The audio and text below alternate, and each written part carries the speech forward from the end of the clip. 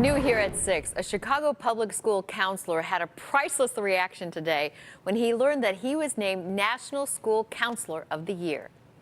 Mr. Brian Coleman is the 2019 National School Counselor. Oh yeah! Jones College prep counselor Brian Coleman could not contain his excitement when he was given the good news in front of hundreds of students, but he credited his school for giving him the opportunity to thrive. I am a cheerleader in khakis. I believe in really supporting students, supporting their own uniqueness. They call me a unicorn here. I have a unicorn on my desk because I really believe in finding what makes you you.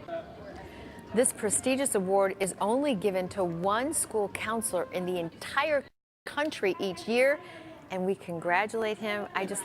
His expression just makes me smile. It's like watching The Voice. It's a big deal, that award, too. Love it. Very well done. Congratulations. She spends her days with preschoolers who ask a lot of questions. But when they started to ask about the death of a classmate, this teacher turned to a book. Only this time, she is the author of that book. Michelle Redd is one of Chicago's very own.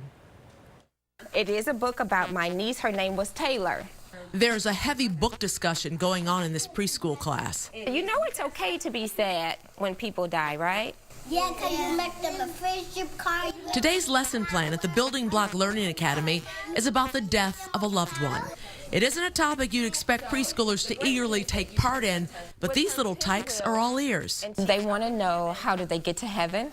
They also want to know,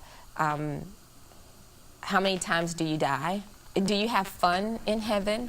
Former fourth grade teacher and founder of Building Blocks, Michelle Redd, says she started to notice the need for class discussions after her niece died in 2009 at the age of 4.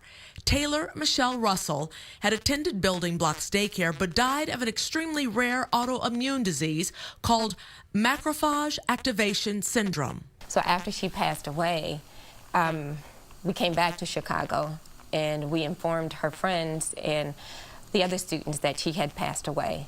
And the very first question that they asked, they wanted to know, well, where's Taylor? Missing their friend, the students started to write letters to Taylor in heaven.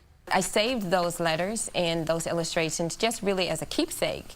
A few years later, after watching her students struggle with the loss of one of their teachers, Michelle called upon those letters for inspiration and wrote her first children's book to help the kids cope with the loss of a loved one, titled Where's Taylor?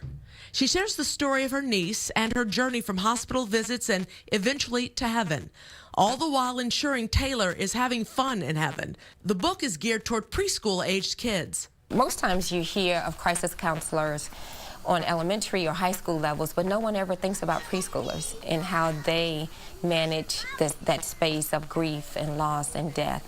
She says she consulted a child psychologist to help provide the framework for coping skills used in the books. And although the topic can be sad, she ends her book with Taylor being happy. How do we take their lives and make it one of meaning, make it one that we memorialize, remembering the fun things that we did with them. Michelle has also written 2 additional books on the topic for elementary and high school students. She says the process has been therapeutic for her and keeps Taylor's memory alive. As sad as it may have been for us, our own coping skills is being able to bless someone else. Michelle Redd, she's one of Chicago's very own.